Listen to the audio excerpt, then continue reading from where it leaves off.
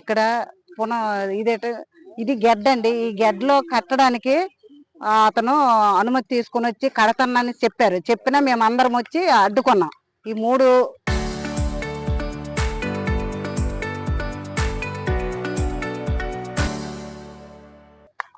Official colony, Sundar Nagar, Venkampeta, శక్తి నగర్ ఈ అన్నిటికీ ఇది ముంపు వస్తుంది. ఈ 500 మంది కుటుంబాలకి ఇక్కడ చాలా ప్రమాదం అవుతుంది. వర్షాకాలం వచ్చినా ఏది వచ్చినా. ఇక్కడ ఎత్తుకాన ఉంది. ఎత్తుకానకి ₹1 కోటి శాంక్షన్ చేశారని కూడా చెప్పారు. అది పక్కనే వర్క్ కూడా అవుతుంది. అవుతున్నప్పుడు ఇంకా ఇది చేస్తానంటే కలెక్టర్ గారికి, ఎమ్మెల్యే గారికి, ఇక్కడ ప్రతినిధి పోలీస్ ఆఫీసర్లు అందరికీ మేము ఇన్ఫర్మేషన్ చేశాము.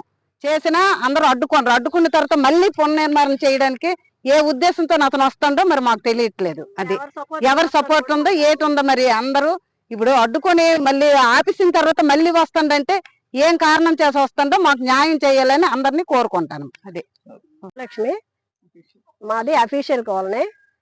ఇక్కడ ఈ గడ్డ మీద అక్రమ కట్టడాలు కడుతున్నారనేసి మాకు వార్త వచ్చింది. ముందుగానే ఆల్రెడీ ఇక్కడ ఏమీ జరగకుండా ఇంతకు ముందు కూడా విలేకరుల సమక్షంలో, ప్రజా ప్రతినిధుల సమక్షంలో కూడా ఇక్కడ ఆపడం జరిగింది. ఇక్కడికి ఎమ్మెల్యే గారు కూడా వచ్చారు. ఆయన సమక్షంలో కూడా చాలా పెద్ద రభస జరిగింది. ఆ వ్యక్తి కూడా ఈ స్థలంలో ఏదైతే పునర్నిర్మాణం చేయాలనుకున్న వ్యక్తి కూడా వచ్చారు. ఆయన్ని కూడా హెచ్చరించారు ఎమ్మెల్యే గారు, ఇక్కడ ఇవన్నీ జరగడానికి వీలు లేదని. అన్ని వదిలిపెట్టినా ఇక్కడ ఈ గడ్డ ఎందుకు, ఇక్కడ ఈ కానా అసలు ఈ ₹1 కోటి శాంక్షన్ చేసి అవతల వైపు రోడ్డు వేసి ఇది ఇప్పుడు యాక్షన్ చేసి ఇదంతా తీసి కట్టడానికి ప్లాన్ చేశారు. ఇదంతా గవర్నమెంట్ అవసరం లేకపోతే ఎందుకు కడుతుంది? దాన్ని కట్టినందువల్ల ఇక్కడ ప్రయోజనం ఏంటి? వాటర్ నిలిచిపోతాయి. అదే ఈ వాటర్ అంతా ఇక్కడ స్టాగ్నేట్ అయిపోయి ఈ ఒక్క కాలనీలే కాదు, వెంకంపేట రైతులకు కూడా ఇబ్బంది. వాళ్ళ పొలాలు, వ్యవసాయ భూములు అన్ని మునిగిపోతాయి. ఇక్కడ 500 కుటుంబాలు, 3 కాలనీలు, ఒక్క మారేండే కాకుండా ఈ గడ్డ అనేది అలాగే వెళ్ళిపోతుంటది బాలాజీ నగర్ వరకు కూడా. ఇదే కాకుండా అది కూడా ఎఫెక్ట్ అవుతుంది, రోడ్డు అవతలకి వెళ్ళిపోతుంటది, శక్తి నగర్ కూడా ఎఫెక్ట్ అవుతుంది. ఇవన్నీ కూడా ఈ గృహాలన్నీ కూడా చాలా నీటి మట్టం అయిపోతాయి.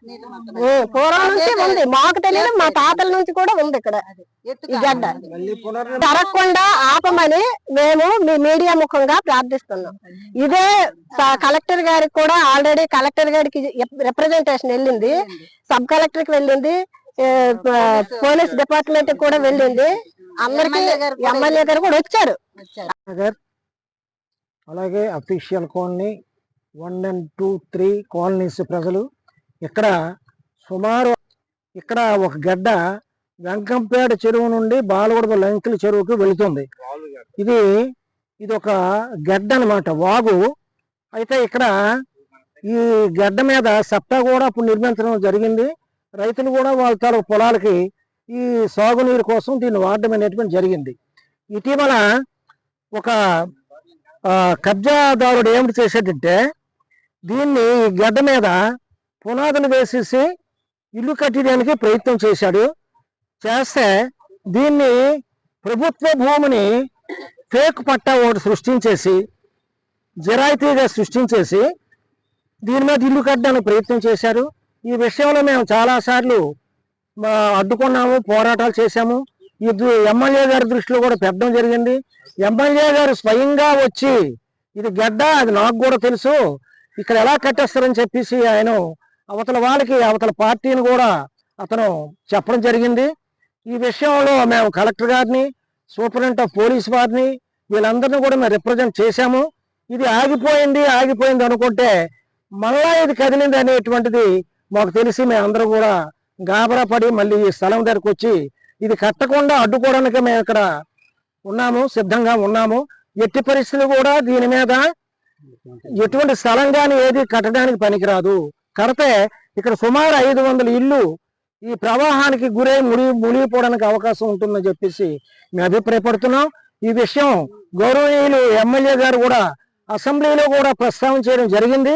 ఈ విషయం మరి ఈ కలెక్టర్ గారు, సబ్ రిజిస్ట్రార్ గారికి మళ్ళీ ఏదో దీని మీద కాగితాలు పట్టా, ఈ ఫేక్ పట్టాదారుడికి మళ్ళా కట్టుకోమని చెప్పడానికి సిద్ధంగా వాళ్ళు ఉన్నట్టుగానే మాకు తెలిసింది. మేమందరం ఆందోళన చెంది మరి ఈ రోజు ఈ స్థలం దగ్గర మేమందరం కూడా సమావేశం అయ్యాము. ఇది ఎట్టి పరిస్థితుల్లో కూడా కడితే మాకు చాలా ప్రమాదం, మా ఇల్లు ముంపు గురవుతాయి కాబట్టి ఇది కట్టడానికి వీలు లేదని చెప్పేసి మేము కోరుతున్నాం. ప్రభుత్వాన్ని, గౌరవనీయులు కలెక్టర్ గారిని, ఎమ్మెల్యే గారిని, సంబంధిత నీటిపారుదల అధికారుల వారిని అందరినీ కూడా మేము అభ్యర్థిస్తున్నాం. ఇది కడితే మా ఇల్లు మునిగిపోతాయి. అప్పుడు మా ప్రాణాలకు రక్షణ ఎవరు కల్పిస్తారు? మా ఇల్లుకు రక్షణ ఎవరు కల్పిస్తారు? మా ఆస్తులకు రక్షణ ఎవరు కల్పిస్తారు?